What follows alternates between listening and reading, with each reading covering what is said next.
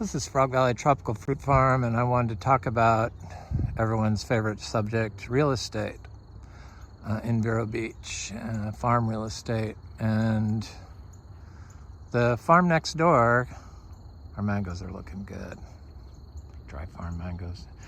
The farm next door came for sale. I'm at the back of our property. It's like 6.99 acres.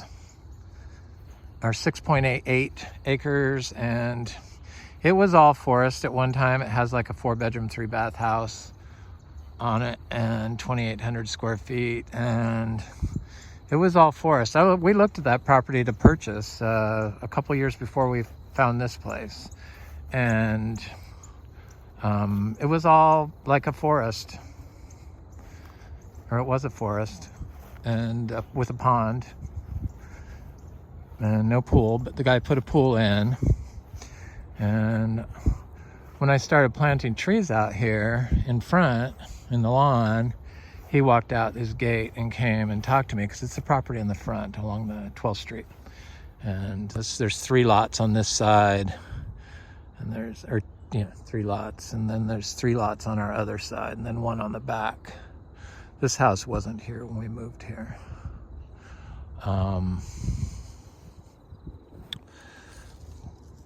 But, you get pollution from all these properties around you. Plastic bags, people just don't pay attention. And it's not bad anymore. I think they saw me picking up plastic bags, and so they started paying attention. So the lot up front, I finally had to call the authorities and make him stop burning, because he, when I was planting out front and he came up and talked to me, he wanted to know what I was doing, and he goes, "That's a good idea," and wanted to know what he could do at his place. And so I suggested cacao and different garcinias and blah blah blah, stuff he just never heard of. He only knew avocados. And so he started clear cutting, like, it's either it's like 2.5 acres, I would say. I'll show you. Clear cutting the section around his house where he has all his farm now. And it's definitely not organic. He uses glyphosate, he grows in plastic, he uses treated lumber for his dragon fruit trellises. He's got black plastic, like vapor layer underneath black plastic pots. He sells nursery plants. He was burning plastic and glyphosate weeds, and you name it, he was burning it. All the trees got burnt because I asked for him. When I asked what he was doing, and he found out I wanted him, he didn't tell me what he was going to do with them, but he just showed me. And when he started burning, for 7 months, we put up with this huge giant bonfires of these giant trees. His property is like right where the trees start here, I guess, about right here. Is that right? No, maybe a little closer. About 2/3 of this forest part. This is how it was over there. It was all forested pines and oaks, and it didn't have any of these other pines in it. Those are on his property. And he would just drag the huge logs into a huge pile, like gigantic, huge trees, like 5 feet around, some of them, or more, 6 feet around probably, and dump gasoline on them and light them on fire, which is against the law here in Vero Beach. And he smoked the neighbor out. And you couldn't go outside. He smoked the neighbor out back there, and the neighbor up back there came up because his road goes alongside our property to get back to his lot back there on that side.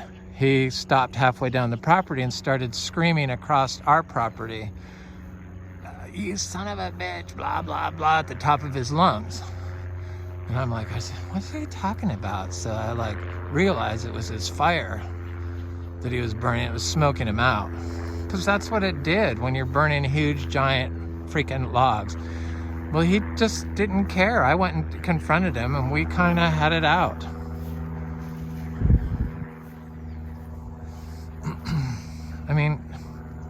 People are in distress and you're going to ignore them. It's what some people do. It's bizarre. Bizarre. But here's the forest. I'll show you it before I show you. This is, you know, kind of how it looked. It was beautiful. Not as dense as back here because it was around the house, but it was all like, it even smells good. So I imagine you can fix that scarred area. Hopefully somebody organic will buy it, because since it's $1 million less than this property, I imagine hopefully it'll get snatched up, and hopefully by an organic grower. Please don't let it be another conventional grower. People don't know what's right and wrong in Florida when it comes to growing for some reason. I don't get that. They besmirch anybody that's doing the right thing. Sorry, that's what it is. I know you don't like to hear people say that. It is the right thing, and it helps everyone. And when you pollute and you smoke people out and you spray glyphosate on their property, basically, because when you spray it on the property line, you're spraying it on their property, it causes distress. So here's the area he cut out and burned, and then he put a road in there, and then a canal through the center of it. He cut a ditch. He got a back end tractor, and I'll try to get up here. But he sells nursery plants. He doesn't get a lot of fruit. I don't think I've ever seen fruit on his mangoes, but I could be wrong. But they're right along the property line. He stopped letting me see over there when he realized I was filming it sometimes.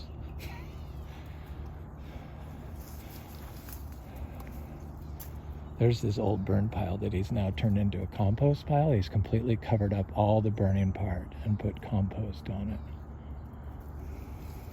But those are the pots. These used to be in the ground, the dragon fruit. I see a bag, so he's got some fruit. He gets fruit. You have that many trees, you're going to get fruit. So, but he dug them all up, like after they'd been in the ground for a year. Everything's on overhead sprinklers right there. It's in the center. You can see it, the stake going up. And I'm sure treated lumber. I don't know this for a fact, but I'm fairly certain that's what he put in the ground. So he dug them up and put them in pots. Big giant pots, and then he would burn the cracked pots on that pile. I did a video of it, and lots of them, and styrofoam and everything else, and then drove all over it. And then he put down black thermal, it looks like thermal burial plastic. That's not shade cloth, that's like, and then he sprays glyphosate. The brown around the green, that's glyphosate, people, in case you don't know that. I was surprised people didn't know this. I'm highly sensitive to all this kind of stuff. He was spraying his mangoes around with glyphosate, and then he discovered that they were shrinking. He asked me what size mangoes when we talked. I planted, and I told him 3 gallon, and he had a weird smile on his face. And then he planted 15 gallon. Good for you. Plant those 15 gallon mangoes. I am glad. Just don't use glyphosate. He stopped asking me for advice. We kind of don't talk. So I'm sure that we inspired him by putting this property for sale. Here's the canal he dug. You can't really see it, but he dug all this out. He started on our property. He would scrape the dirt on our side of the canal and pull it onto his side of the canal started from the front until I went out there and asked him what he was doing. That's my property. I can do what you want. The property line was the center of the ditch, people. I mean, this guy just underneath the power line, so he just doesn't really pay attention to anybody else's concerns. I mean, it would be common sense that you don't scrape somebody else's side of the canal where there's a fence. I mean, some people, they just think they can do everything. So before he started cutting down all the trees, he told me he was shooting all the squirrels. And I was horrified. And I asked, why are you doing that? Because I don't want him eating my fruit. I said, well, we have fruit now, because we have 3,000 trees. We have fruit, people. people think we don't have fruit because I don't sell. Because I'm not into it. I don't need the money. I'm not into selling fruit, to be honest. But I'll get there. I haven't felt the need. I have to do it at my own pace. Grow into this. There's the mangoes. So these mangoes, he stopped giving them glyphosate. He has about 30. I think they're Keats or Kents, something with a K. And then he sells nursery plants on the other side of his house. But this is all beautiful park-like forest that now is like had herbicides and has microplastic from the plastic thermal barrier, and because he has standing water. I told him you get standing water from driving on it, and he drives everywhere on it. Very bizarre. He just wanted to show me that he could do better, I guess. I don't know why I inspire people to do that, but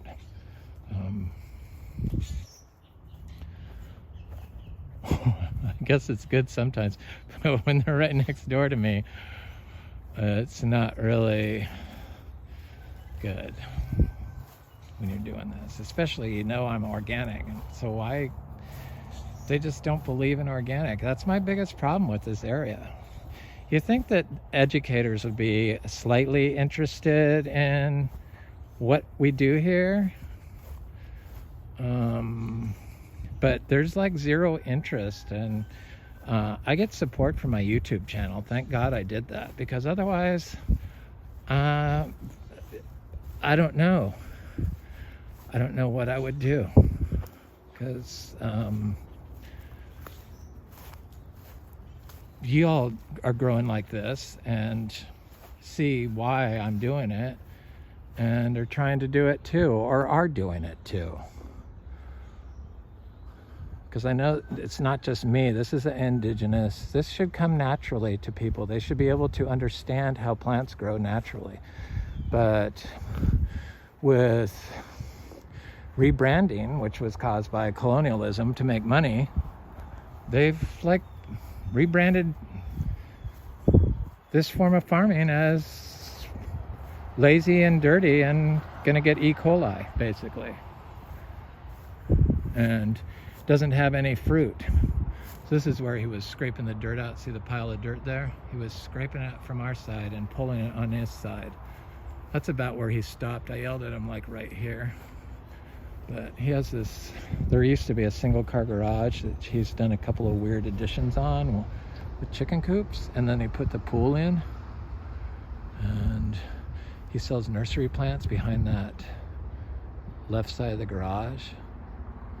I think he gets them from, he does some of the dragon fruit himself, but he gets them from Pine Island, I think, and up-pots them. I don't know this for a fact, but I've seen trucks a long time ago delivering plants. And I know he has a Miami connection, so. But this is his property. Yeah, he was like scraping the dirt out on our fence line. Like, this was like all perfectly grown, but it's starting to come back.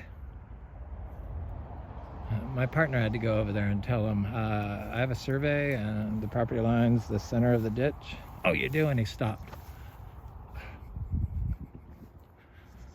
I don't know. Something is wrong with some people. I don't know why.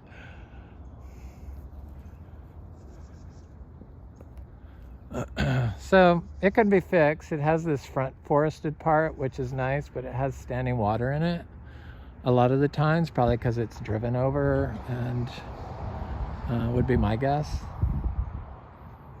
But it has this nice oak tree that comes over our side of the fence, which I like. He cut down like a lot of these oak trees. Just did everything wrong. He could never certify it organic because he clear cut the property. Because that's what he did, and then burned all the carbon. And I'm supposed to just be quiet about this. and shut up. Then he put a fence. I mean, this is what I'm talking about. He put a fence down into the ditch, you know, that doesn't allow debris to flow through. And over into our side of the property.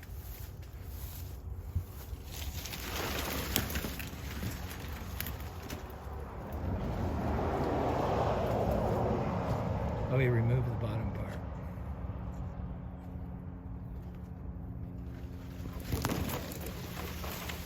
I don't know what he's trying to keep out. You've killed all the animals, dude.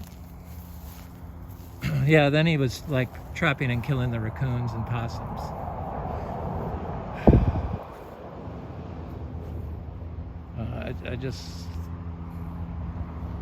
I hope somebody doesn't come in here and decide to bring it one step further and cut down the rest of the trees. I mean, these trees up in front aren't as big. Except for this oak tree, it's pretty nice. But he did a good hack job on it. He used to have a nice oak trees over here, but he cut them all out.